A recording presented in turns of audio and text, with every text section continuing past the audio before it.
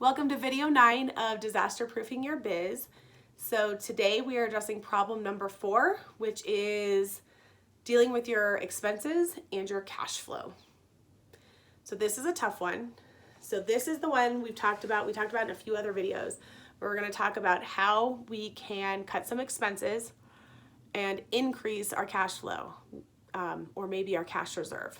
So this is a really, really big one because I couldn't really figure out a nice cut even line to make it into 2 videos. So I lumped it all into one.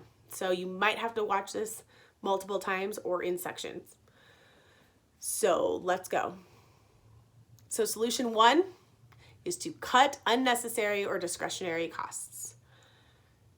I just did this morning. I went through my last 2 months of statements of checking and credit card statements and exported it, and I had a list of everything I've spent. And I went through and I marked things that we no longer use. There were a few things. Then I went through and I marked the things that we're not using right now. And then that's all. Sorry, I got distracted. So what I did, and I went through and I canceled the ones that we no longer need. So if there's something you don't need at all, cancel it. If you're not using it, get rid of it. Like, I don't care if it's only $5 a month, because that's right? That's a reason a lot of us keep things around. We're like, it's only $5, it's only $10. But when you have 10 things that are only $5, that's $50 a month, you guys. Like, stop throwing money down the drain. If you're not using it, get rid of it. I got a little angry. I'm just passionate. Okay, get rid of it. And then if there's something maybe you're not using right now, but you might be using later, a lot of the online software products are letting you pause. And the example I'm going to give you is Kajabi. So Kajabi is a course creation platform. I'm not course creating right now. I'm in the middle of tax season. I emailed them this morning, asked them to put me on pause.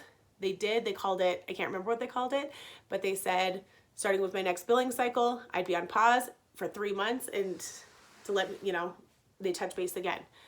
So that's a cost that I didn't want to cancel because I didn't want to lose everything I had done, right? I didn't want to lose everything I'd created in that platform, but I don't need it right now. So I put it on pause. And then, so pausing, and then when you're creating your budget, keep in mind that if you're anticipating decreased sales, you also need to decrease the associated COGS, the cost of goods sold, right? So and we talked about this a little bit in a previous video, but if you're selling less, you want to produce less. And if you're producing less, you want to order less supplies and materials, right? Keep your inventory as low as possible. Only make what you're selling right now. All right, and a bonus that I just like is to buy your essentials from small businesses. This has nothing really to do with cutting costs, but basically what I'm saying is if you have to keep something and you buy it from a big, let's say you go to Home Depot or you don't really go to Walmart or something like that, and you can get it for close to the same cost, or you can afford to pay the difference and buy it from a small business, do it, because that might be what the difference between keeping that business in business and them going out of business. And I believe in karma, so hopefully that'll come around and people will come to you for small business services too. Solution 2 is to renegotiate payment terms with suppliers. This circles back to communication, and if you have good relationships with your suppliers, you're going to be more likely to be able to renegotiate those terms. But a lot of right now, a lot of suppliers are willing to work with their vendors knowing that it's work with you or maybe not see any money, right? Or you might go out of business and they might lose a customer altogether. So renegotiating your terms might be like, maybe I can pay half now and half later, maybe pay half now and then I'll pay the other half when I make another order, something like that. This is going to be a case-by-case situation, and it's going to require that you communicate. All right, go back to that darn communication piece. Go be friends, go be cordial with people, and you might find that being nice goes a long way.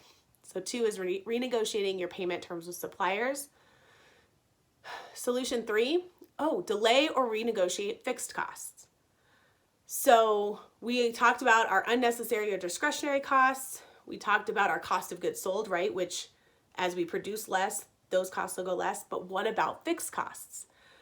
Rent is a big one. Loan payments. Those are the big ones I can think of, but delaying or renegotiating those. So that might be reaching out to your landlord and asking if there's anything we can do about delaying or postponing monthly rent.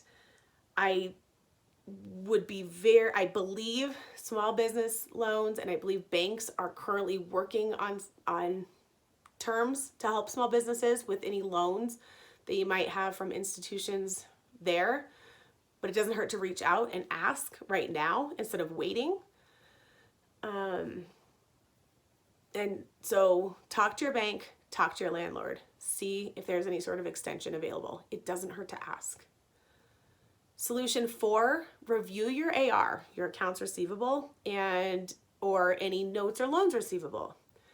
Meaning, if anyone owes you money, figure out who owes you money and collect it. And if you have these balances that are way late or way old and outstanding, that maybe before this pandemic you were like, I don't even know if we're going to collect this, but I'm just not going to deal with it.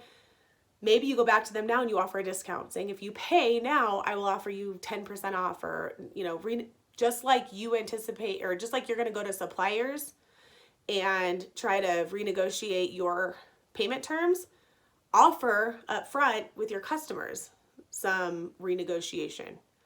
All right, because getting any of that money now is going to be helpful.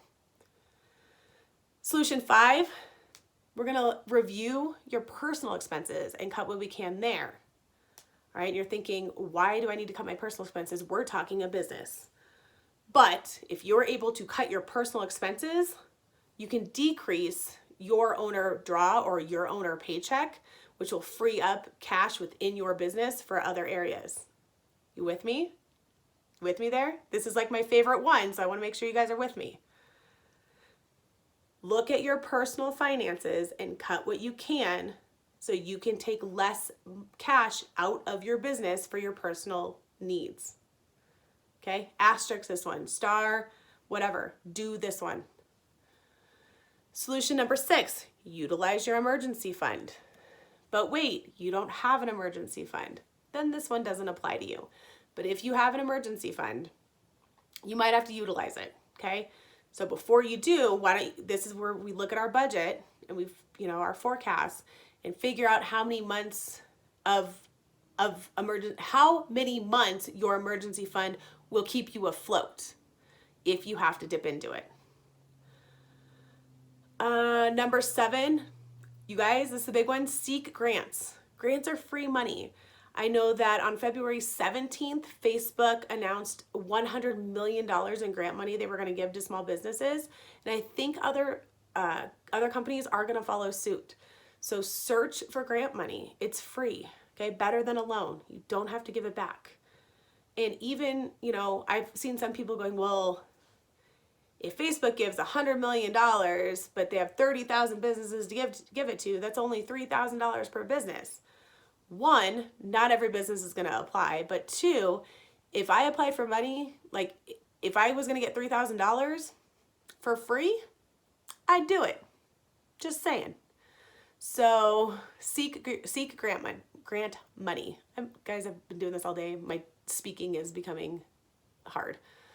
And then solution number 8 is the Small Business Association is offering economic injury disaster loan program. They have basically the Small Business Association, SBA, is going to offer low interest loans to small businesses.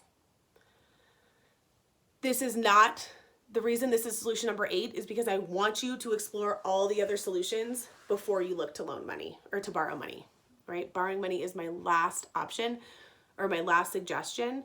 But if it's the difference between borrowing money and going out of business, I'm going to suggest you borrow money. I don't want to see you guys go out of business. So the SBA is working with small businesses and nonprofits and it's going to this program that we talked about, the Economic Injury Disaster Loan Program, is going to provide small business with working capital loans of up to $2 million that are at low interest.